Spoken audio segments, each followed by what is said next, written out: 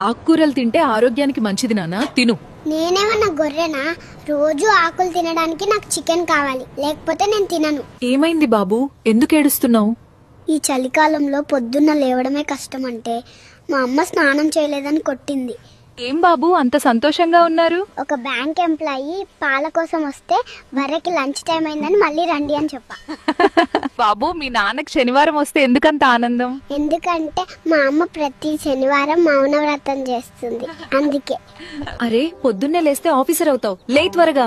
పొద్దున్నే కోడి కూడా లేస్తుంది. అది కలెక్టర్ అయ్యిందా లేదు, చికెన్ కర్రీనే అయ్యింది. ఏంటి మీరు పాలల్లో నీళ్ళు ఎక్కువ కలుపుతున్నారంట? అట్లా ఏం కాదు, మా బరగొడ్లు నీళ్ళు ఎక్కువ తాగుతాయి అంతే. ఏం బాబు ఇడ్లీలు తీసుకుని ఎక్కడికి పోతున్నావు? మా పక్క వీధిలో ఇల్లు కడుతున్నారు, అక్కడ ఇటుకలు అయిపోయాయంటే మా హాస్టల్లో చేసిన ఇడ్లీలు తీసుకెళ్తున్నా. పండుని బాగా కదుగు, లేదంటే దాని మీద క్రిములన్నీ ఉంటాయి. నిన్న నువ్వు రోడ్డు మీద పానీపూరి తిన్నప్పుడు క్రిములు గుర్తుకు రాలేదా? ఏంటి మీరు పెంచుకునే కోడిని కోసేశారంట?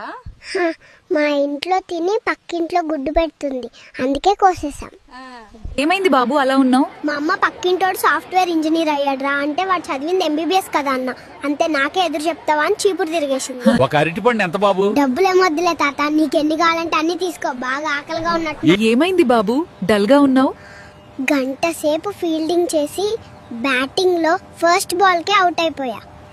ఏమైంది బాబు, మీ అమ్మ మీద కేసు పెట్టినావంట? అవును, మా అమ్మ నన్ను రోజు పొద్దున్నే 5కి లేపి టైం ఏడైందిరా లెయ్యి అంటుంది, అందుకే పెట్టిన. జడ్జి గారు, భార్యని భర్త కొడితే భార్య పుట్టింటికి పోతుంది, మరి భార్య భర్తను కొడితే ఎక్కడికి పోవాలి జడ్జి గారు? నువ్వు ఎక్కడికి పోలేవు కాబట్టి అసలు భార్య జోలికే పోవద్దు. ఏమైంది బాబు మీరు అలా ఉన్నారు? ఎలాగో ఈ ఫ్రీ బస్ లో మగవాళ్ళకి సీట్ ఉండదని కుర్చీ తెచ్చుకున్న కండక్టర్ గారు, ఈ ఆడవాళ్ళు దాన్ని కూడా లేపేసి కూర్చున్నారు.